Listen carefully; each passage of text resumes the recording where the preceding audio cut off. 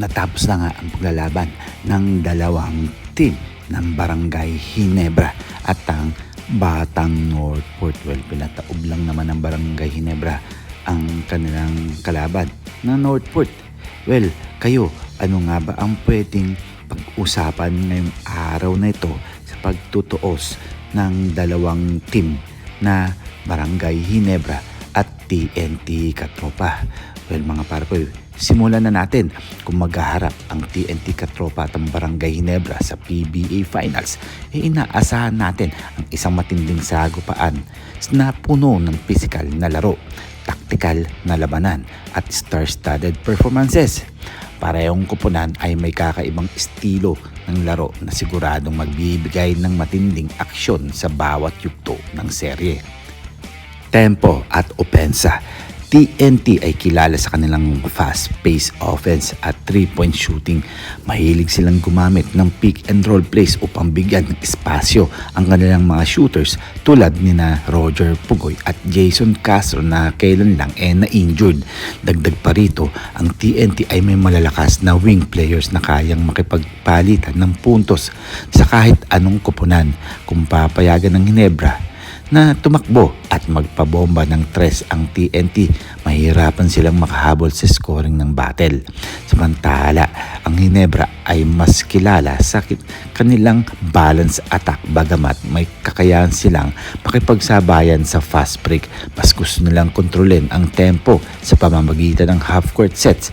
Ang triangle offense nila ay magbibigay ng maraming scoring opportunities sa kanilang big men tulad ni na Christian Stanhadner na wala na nga sa Barangay Ginebra at Japet Aguilar. Isa rin sa pinakamalaking bentahe ng Ginebra ay sila Justin Brownlee na isang clutch player at kayang umiscore kahit anong paraan. Siyempre, nandyan ang depensa at match-up. Sa depensa ng TNT ay agresibo sa perimeter defense. Madalas nilang idinidikit ang kanilang mga defenders, shooters ng kalaban para hindi makapag-relax sa 3-point line. Makapag-relax sa 3-point line na malaking bentay ng Barangay Ginebra. Malaking hamon para sa kanila ang pagbantay kay Brownlee, kaya't asahan natin may iba't ibang paraan. Defensive looks silang ipapakita. Pwede nilang gamitin ang isang malakas na wing defender o magpadala ng double team upang palitan siyang magpasa. Sa kabilang banda, ang Ginebra ay may malalaking katawan na kayang i-dominate ang shaded area. Ang size advantage nila Aguilar at syempre may mga bagong player din ay isang mahalagang factor para pigilan ang penetration ng TNT Katropa at kontrolin ang rebounds. Gayunpaman, ang hindi nila mababantayan ang outside shooters ng TNT.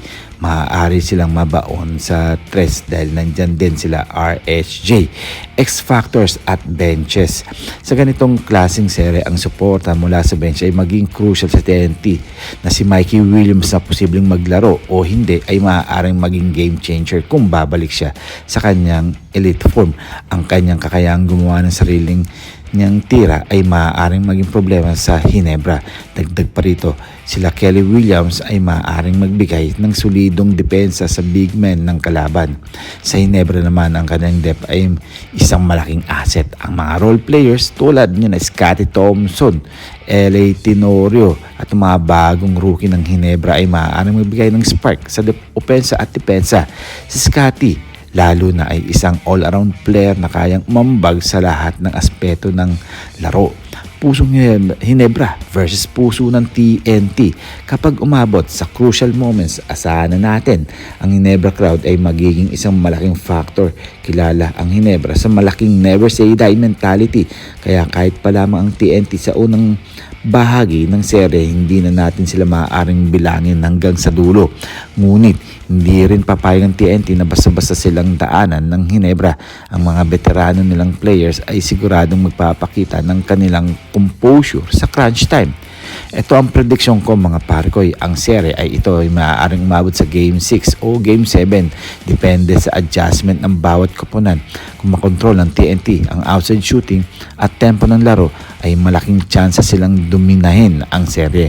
Pero kung ang Ginebra ay makapaglaro ng physical basketball at makapagtakbo ng maayos na half court offense, lalo na sa dulo ng laro, sila ang may bentahe. Tandaan nyo, lahat ng mga na-injure sa Barangay Ginebra ay magbabalik na at nabawasan rin ang point guard ng TNT Katropa. Pero kung buwabalik si Mikey Williams, mas maganda yan. Sa huli, ito ay magiging isang matinding sagupan na puno ng aksyon, emosyon at classic PBA Finals moment.